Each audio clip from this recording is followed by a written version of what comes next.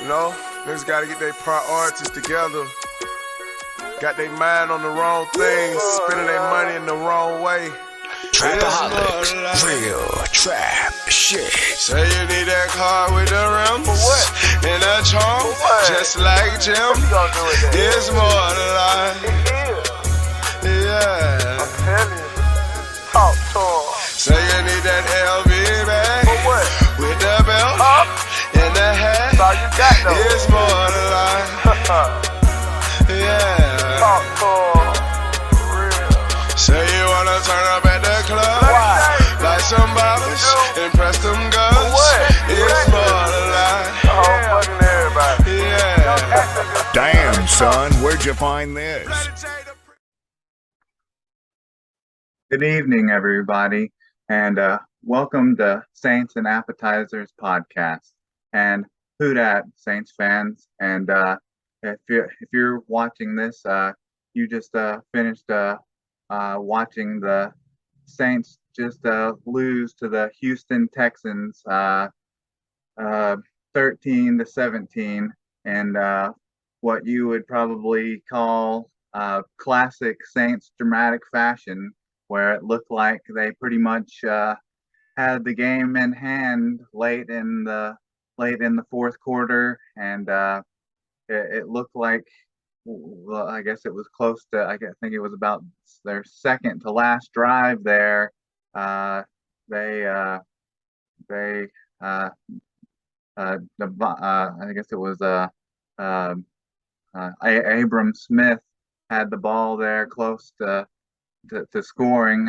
He took it down to like the 2-yard line and fumbled the ball on third down, and gave it right back to the Houston Texans. And of course, it wouldn't be a Saints game without some added drama there, ending up costing the game, costing the Saints a preseason game. But luckily, it's just preseason. A preseason game, so it's not as big of a deal as it would be if it was a regular season game. But that's not. I'm not wanting to harp too much on the win loss, but I got more to get into than that, and we got a lot on our plate to get into. So can I get a menu, and I'll start more from just the first quarter on and kind of break it down from there. But the first thing I want to get into is just like from the start of the game. So everyone calls him, I guess the classic name from him from his time from being a Cincinnati Bengal, and is Andy Dalton, is the Red Rifle.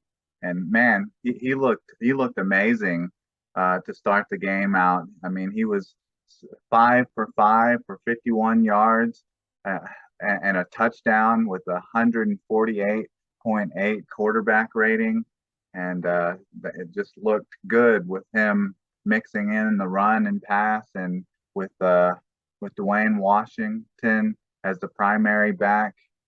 He had 9 carries for 19 yards, which that's not really that impressive with the number of carries he got. That was only 2.1 yards a carry, but still mixing that in with him with the carries, and then ended up finishing off that first drive with a perfect little screen pass with great blocking. It's nice to have a player like a big hog molly blocking guard like Andreas Pete back. I know he gets a lot of flack from players because when he makes a bad block, he's such a big guy, everyone notices him. But man, it's great to have starting quality offensive lineman, because he got out there on that screenplay and just he knocks bodies down and opened up a running lane for Dwayne Washington to get in the end zone on that play. But like I said, they call him he's got a history of being called the Red Rifle because I guess the red hair. But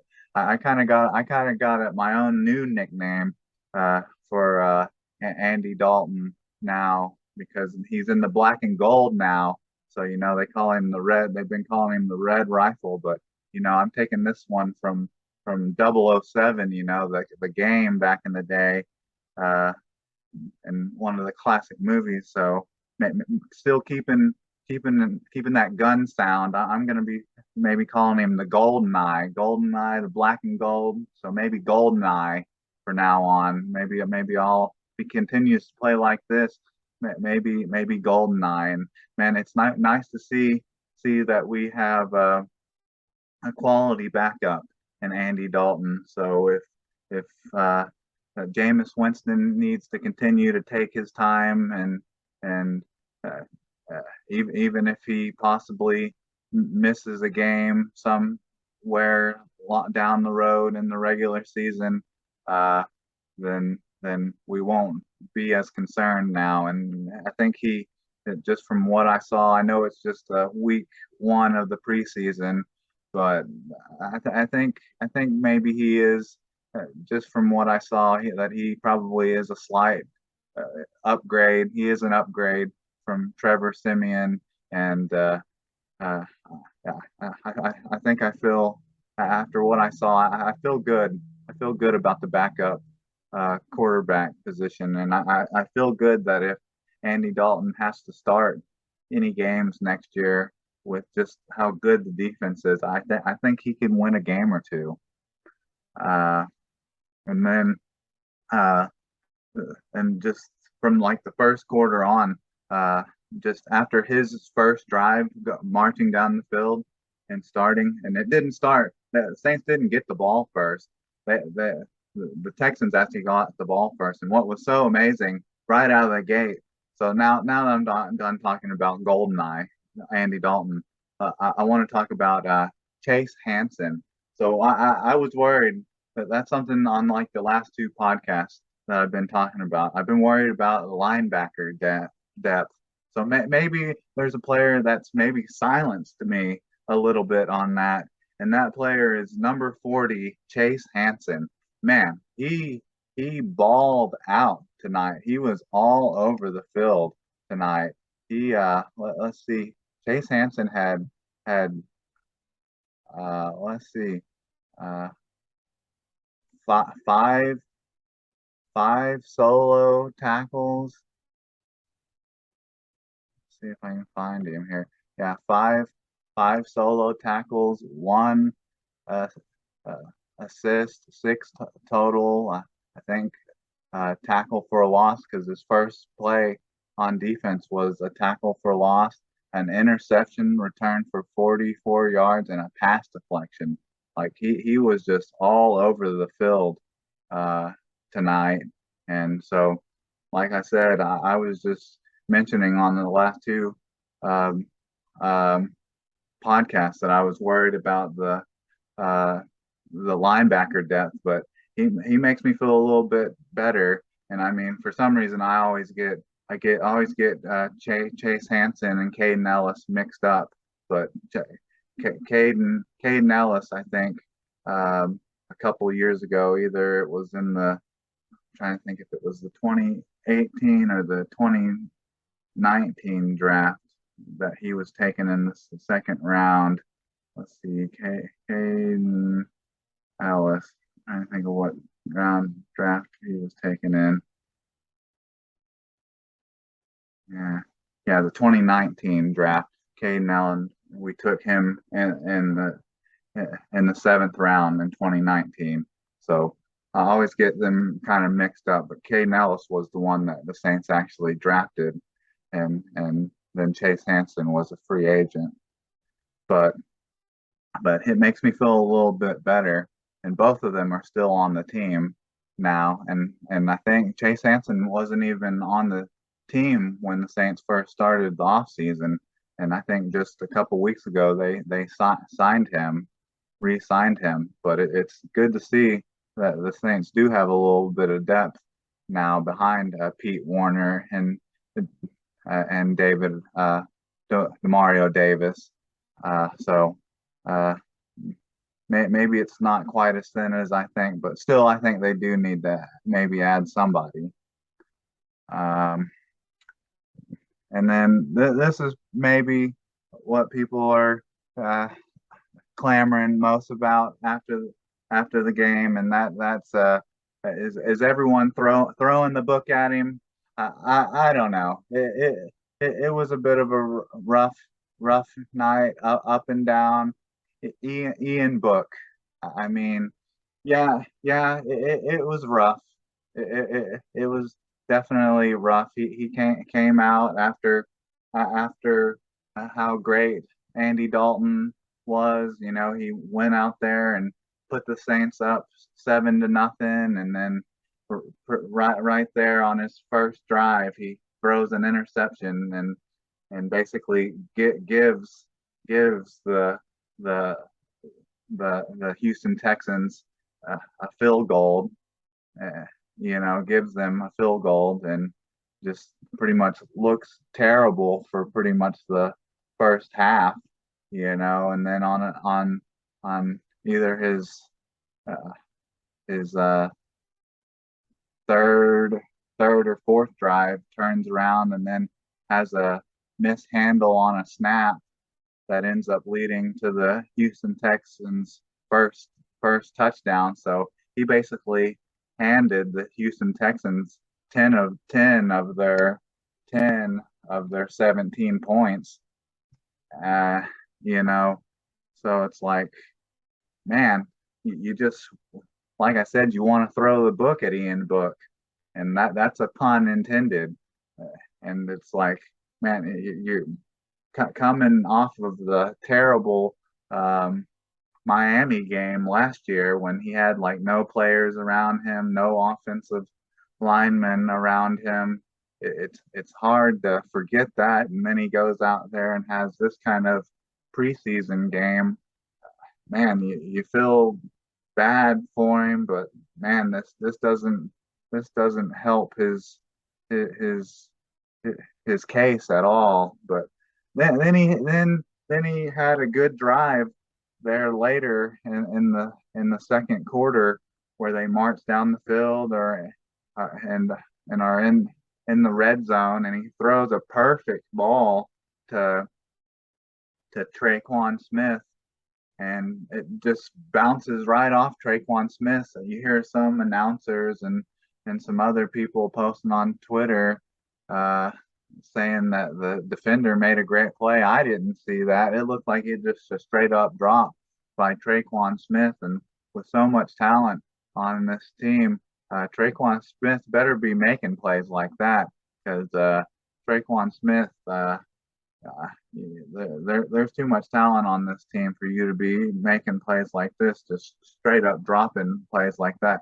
And you got to feel bad a little bit. You got to feel a little bad for Ian Book when when when he makes a perfect throw like that, and he has guys just straight up dropping passes like that. So, and then there was other plays where where you had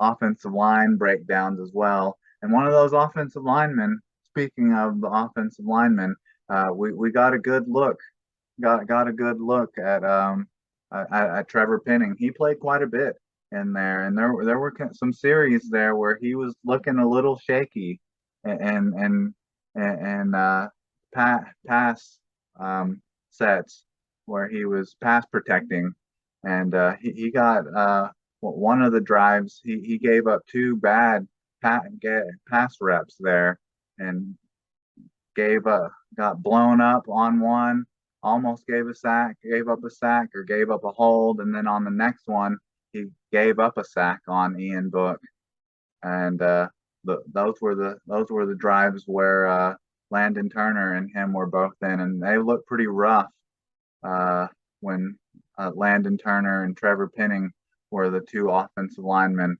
But but at the same time, early in the game, the first quarter, when Andy Dalton was the quarter, he had some really good reps in the run game though. Like he looks like a force when running the ball, when they have him pulling on the inside. So I think he just needs more reps, but I I definitely wouldn't mark him down yet as at beating James Hurst out for that starting left tackle spot because at times he really did look rough, and that was even against like second string pass rushers of Houston Texans, and that was trying to think of what player that was on the Houston Texans that Ogobo Okoriki. Not sure uh, how to pronounce that guy's name. That that line pass rushing edge rusher smoked him a couple times. Um, but yeah, he was up and down a couple of times. Uh, later in the game, Ian Book did kind of settle down. I think that was kind of when he was starting to play in the second half. He started settling down a little bit, and he he that was kind of when he was going against like third and fourth stringers, and he led the Saints down the field. And like I said, that was when he got them in range to for their field goal to take the lead, 13-10, and then he got them in position to almost put them up 20-10. But of course, like I said, that's when the Abram Smith fumbled and pretty much gave all the momentum back to Houston, and then we all, if you watch the game, you know what happened there, and that's kind of funny how that works because if you were watching the game, that was Jeff Driscoll. He threw an interception to let's see, that Brian Allen. Brian Allen had the interception that led to to the field goal that the Saints got, or Saints got, and then right after that, for their drive that got set up their touchdowns, he was the one giving up the big plays that turned around and gave up the big plays. So it's like they giveth and then taketh away at the same time. But you know that's preseason when you're playing with backups. You're hoping to win, but it doesn't always work out like that. But I did have hot takes on my last podcast, and the main thing I was saying on there was that I was thinking that our depth was going to prevail, and that was going to lead to us winning the game because of the depth, and that almost rang true because it looked like the tide was turning towards the end of the game until the the Abram Smith fumble. But I also said that I thought the Saints were going to get some turnovers and some turnovers deep in the Texans' territory. But uh, they did. They ended up getting three turnovers. They ended up getting uh, a Chase Hansen interception, which he returned for 44 yards. Uh,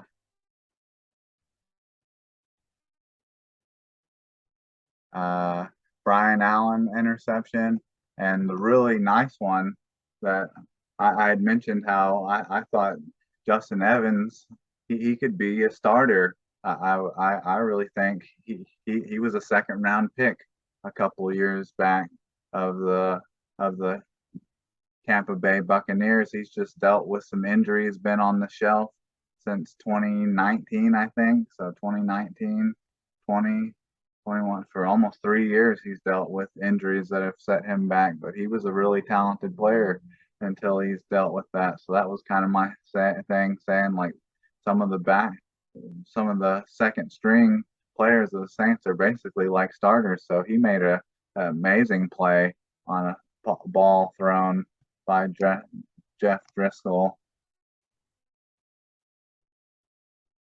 So uh, they picked off Jeff Driscoll 3 times, but if it wouldn't have been for all the turnovers, the 10 points off of turnovers that the Saints gave to Houston, the game shouldn't really been as close as it was, and the Saints really didn't capitalize much off of any of the turnovers they got off of the Houston Texans. They got maybe 3 points off of the points that they got off of them, because I think, like I said, they got a turnover off of them and then fumbled it away. But like I said, it's just preseason. I think they look good. Really, the only 2 drives that really mattered were the first 2, when the defense got the 3-and-out to start, and then uh, Andy Dalton looked amazing, went 5 for 5, and capped it off with a beautiful screen to to uh, to Dwayne Washington for a touchdown. But other than that, I think that's all I have for you tonight. And with that, can I get a check, please?